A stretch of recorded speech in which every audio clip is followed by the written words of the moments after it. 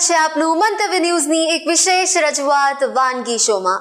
Title sponsored by LG વાન્હાની Hing, essence of authentic taste since 1894, co-presented by Varmora homeware and mother's recipe પ્રેમ સ્વાદ.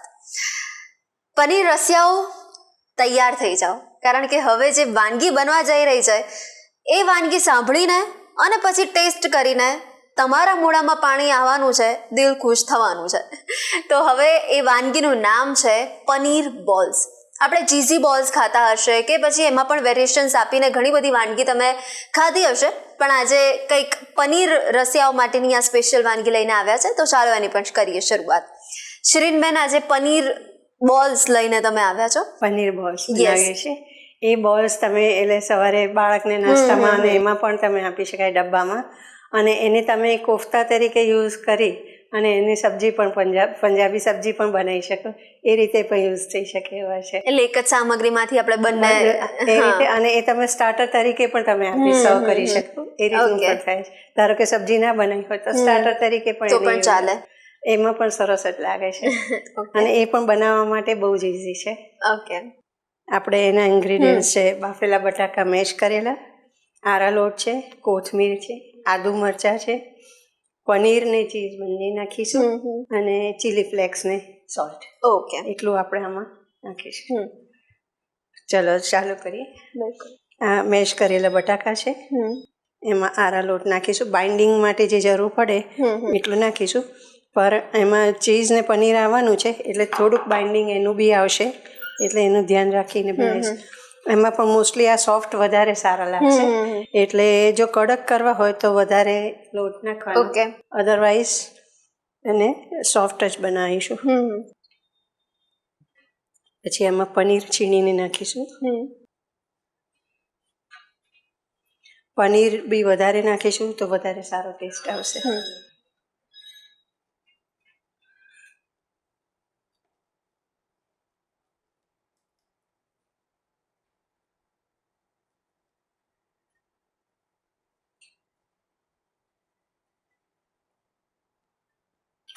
અને આપણે ચીઝ પણ નાખીશું, એટલે ચીઝની થોડોક ફ્લેવર સારી લાગશે એમાં. ઓકે, હવે સાથે થોડાક ગ્રીન ચીલીસ અને આદુ છીણેલું, એનો પણ તમને ટેસ્ટ જેટલો વધારે જોઈતો હોય તો વધારે પણ સરસ લાગશે. આમાં થોડી કોથમીર નાખીશું અને થોડા ચીલી ફ્લેક્સ નાખીશું, સોલ્ટ ટેસ્ટ મુજબનું. ચીલી ફ્લેક્સથી એનું રૂપ સરસ દેખાશે. એ પણ નાના છોકરાઓ માટે બનાવવાના હોય તો થોડા ઓછા બનાવવાના, અને સોલ્ટ ટેસ્ટ મુજબનું લઈશું, કારણ કે ચીઝ ને પનીરમાં ચીઝમાં પણ થોડુંક સોલ્ટી હોય છે, એટલે એ રીતના નાખીશું આપણે. હવે દરેક મિક્સ કરી લઈશું, પ્રોપર મિક્સ કરીશું તો એનું પ્રોપર બાઇન્ડિંગ આવશે. આ પણ ધારો કે ગેસ્ટ આવવાનો હોય કે બાળકો માટે બનાવવું હોય તો આગલે દિવસે બનાવીને મૂકીને સવારે વહેલા નાસ્તામાં આપવું હોય તો પણ એ ફ્રીજમાં જે ઠરશે તો એનું બાઇન્ડિંગ બહુ સરસ આવશે. પણ આ પ્રમાણમાં સોફ્ટ સારા લાગશે, આ ક્રિસ્પી ઓછા સારા લાગે. પણ જેને ક્રિસ્પી ભાવતા હોય તો ટોસ્ટનો ભૂકો ને એ પણ નાખી શકે. પણ તો ઘણા બધાને એવો પણ સવાલ હોય કે તમે જે રીત બતાવી હશે એ પ્રમાણે એમણે કર્યું પણ હશે, તે છતાં પણ ટેક્સચર જેવું જોઈએ ને એવું નથી આવતું. ચાલે તો કઈ ભૂલ ના કરે તો આપણને પ્રોપર રિઝલ્ટ મળે? હા, ને એના માટે બાઇન્ડિંગ પ્રોપર જોઈએ, કારણ કે બટાકામાં વેરિએશન હોય છે. કોઈક વાર બટાકા તમે બાફો તો એકદમ ઢીલા થઈ જતા હોય છે, અને કોઈક વાર એવા હોય છે કે પરણે ચડે, એ રીતના હોય છે. એટલે જો નોર્મલ ટેક્સચર હોય તો તમે આરા લોટને એવું એકલું નાખો તો વાંધો નથી આવતો, પણ જો ટેક્સચર એનું ઢીલું હોય તો આરા લોટ થોડો વધારે જોઈએ, અથવા તો ટેક્સચર બાઇન્ડિંગ માટે તમે જે પણ નાખો એ થોડું વધારે જોઈએ, એ પ્રમાણે જરૂર મુજબનું આપવું પડે.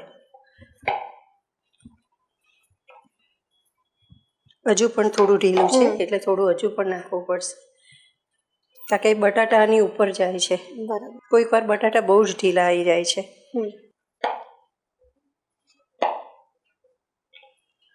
ને પ્લસ ચીઝને આવીને પાછું એને સોફ્ટ વધારે કરે એટલે પાછું વધારે જરૂર પડે.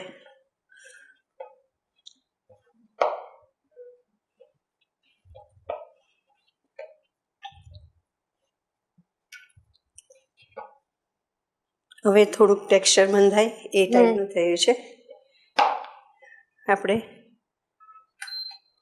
તો આજે પનીર બોલ્સ તો હવે બનાવી જ રહ્યા છો શિરીબેન, પણ જ્યારે આ સ્ટફિંગ વધે તમારા ઘરે તો પછી તમે એમાં શું પાછું વેરિએશન આપો?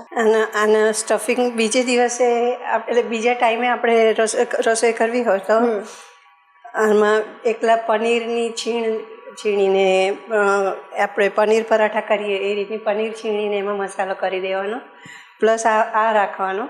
અને હજુ પણ ત્રીજું જો લાલ મરચાંનો લેયર જોજો તો બટાટા બાફેલા એકલા એમાં લાલ મરચાં અને ગરમ મસાલો નાખીને એ રીતે 3 પડ બનાવી દેવાના અને એના પરાઠા બનાવવાના. ઓકે. એટલે એક પરાઠો ગોળ વળી એના 4 ભાગ કરીને એમાં 3 ભાગ આ ભરી અને કરી દેવાના. એટલે આ જે આ વસ્તુ વધે એ વસ્તુ જુદી રીતે કામમાં આવી જાય ને ટેસ્ટી બની જાય, એટલે મજા આવે એ ખાવાની. એટલે આમ જોઈએ ને તો આપણને એવું થાય કે પનીરની કટલેટ થતી હોય ને એ રીતના આપણે શેપ પણ આપી દીધો છે. આના બોલ્સ બી બનાવાય, રોલ્સ બી બનાવાય. સામાન્ય રીતે ઓલ શેપમાં ખાવાની વધારે જોવાની બી વધારે મજા આવે, ખાવાની બી વધારે મજા આવે.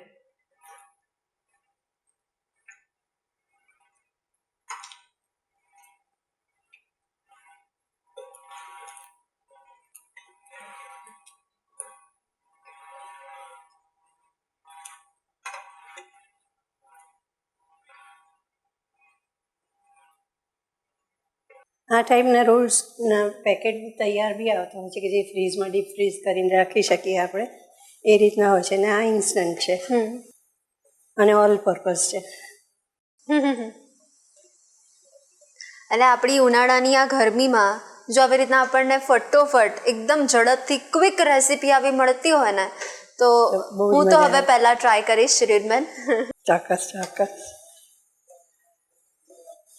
આ માઇલ્ડમાં ફાઇન ટેસ્ટ હોય છે, જેને માઇલ્ડ ટેસ્ટનું ફાઇન ભાવતું હોય એ લોકોને.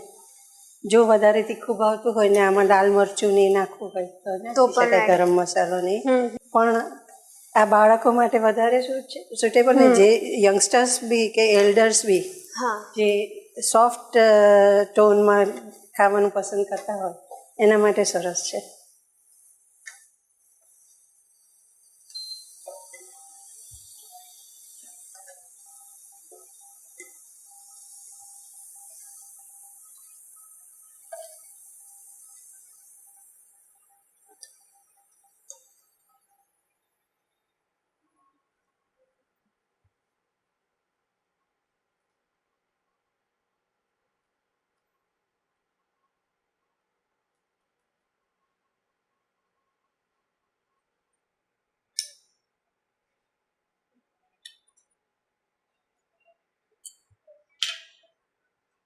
જો આપણા પનીર રોલ્સ રેડી છે. યસ.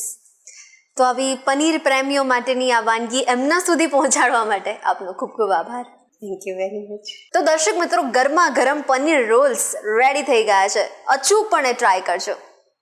દર્શક મિત્રો, શું તમને પણ રસોઈ બનાવવાનો શોખ છે અને તમે પણ મંતવ્ય ન્યૂઝના વાનગીના રસોડાના નવા ગેસ્ટ બનવા માટે ઉત્સુક છો તો તમે પણ બની શકો છો. માત્ર તમારે તમારું નામ, શહેરનું નામ, રેસીપીનું નામ અને રેસીપીનો ફોટો અમને મોકલી આપવાનો છે. અમે આપનો સંપર્ક કરીશું અને હા, અત્યારે ટીવી સ્ક્રીન પર તમે જે નંબર જોઈ શકો છો તેના પર કોલ કરીને એડવાન્સ રજિસ્ટ્રેશન કરાવી શકો છો. તો દોસ્તો, મળીએ છે નેક્સ્ટ એપિસોડમાં. હાલ મને રજા આપશો. Title sponsor by LG Bandhani Hing, essence of authentic taste since 1894, co-presented by Varmora homeware and mother's recipe, પ્રેમનો સ્વાદ. પનીર બોલ્સ બનાવવાની સામગ્રી: બાફેલા બટાકા, પનીર, ચીઝ, ચીલી ફ્લેક્સ, આદુ મરચાંની પેસ્ટ, કોથમીર, મીઠું.